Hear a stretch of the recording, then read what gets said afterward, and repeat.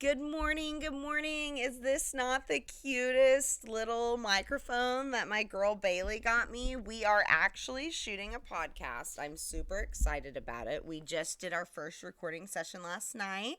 So I will give more details on the launch as it comes closer. But for now, I really wanted to play with my new microphone and give you guys just a daily shot of the news for fun. So here we go. The first thing that I saw was there is a search for a suspect who stole 7 rifles from a gun shop in Tulsa near I-44 and Union Avenue, June 28th at 7 p.m. Again, they made out with 7 rifles. Now, there's very little information on the suspect, but the vehicle has a sunroof and the paint is peeling around the sunroof. So the suspect also has a tattoo on his right arm. Unfortunately, that is all the information that I could find across the local websites. So, the phone number for Crime Stoppers, if you do have any information, is 918-596 COPS or 2677.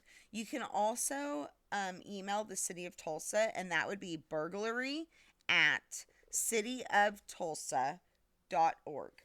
So, also at 3 a.m. Sunday morning, there was a shooting at the Hookah Lounge near 51st and Memorial.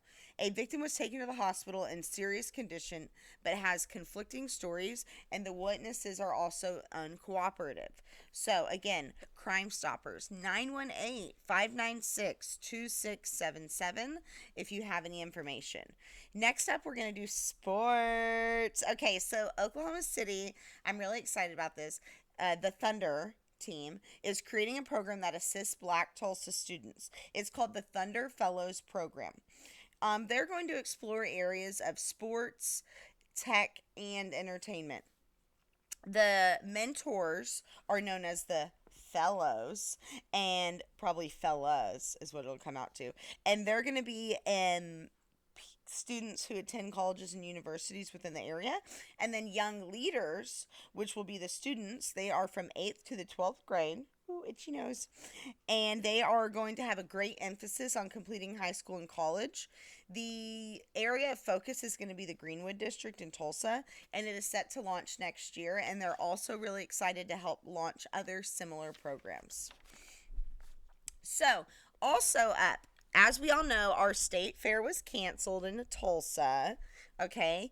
But Texas canceled their state fair too, which really surprised me because everyone knows everything in Texas is like on steroids, and I'm sure their fair is like, I mean, it's a big deal here just knowing, oh, the Texas Fair. I'm from Texas though, so whatever. But the Texas State Fair did cancel in Dallas due to the COVID-19 outbreak, and they said that if football is played in the fall, the 2020 Cotton Bowl will proceed. So the OU Texas rivalry at the Cotton Bowl is set for October 10th, and as long as fall football has proceeded, they will proceed too. I'm curious how attendance will be and what the rules and restrictions will be for games. So, anyway, I know everyone's at least heard about this. That I am talking about the 10-year contract with the Kansas City Chiefs for Patrick Mahomes. Now, that is crazy. That would be through the 2031 season.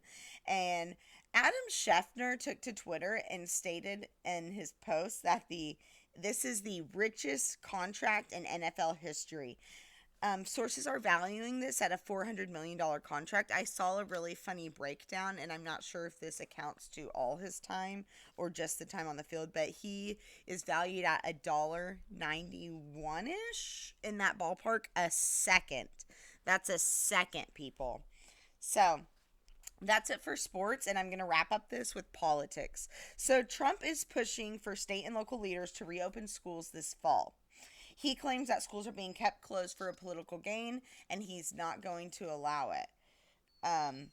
His comment on Harvard closing for the fall term was, I think it's ridiculous. I think it's an easy way out, and I think they ought to be ashamed of themselves if you want to know the truth.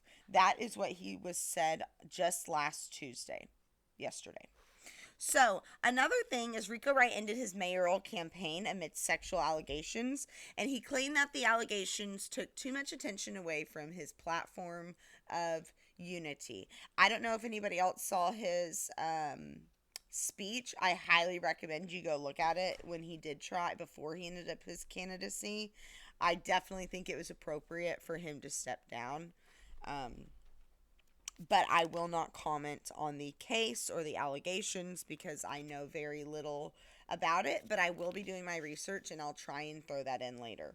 So, last thing is Norman has passed new ordinances on mask requirements, and I think that we're going to be seeing more and more ordinances as school draws closer in cities. But that's just my own guess. So it was passed 8-1 and took effect immediately. The mask must be worn inside businesses that serve people and settings that make social distancing hard.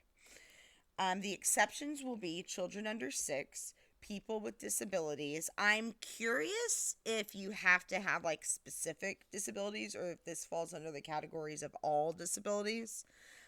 And those swimming or doing difficult, intense activities, probably, working out, mowing their lawn, whatever.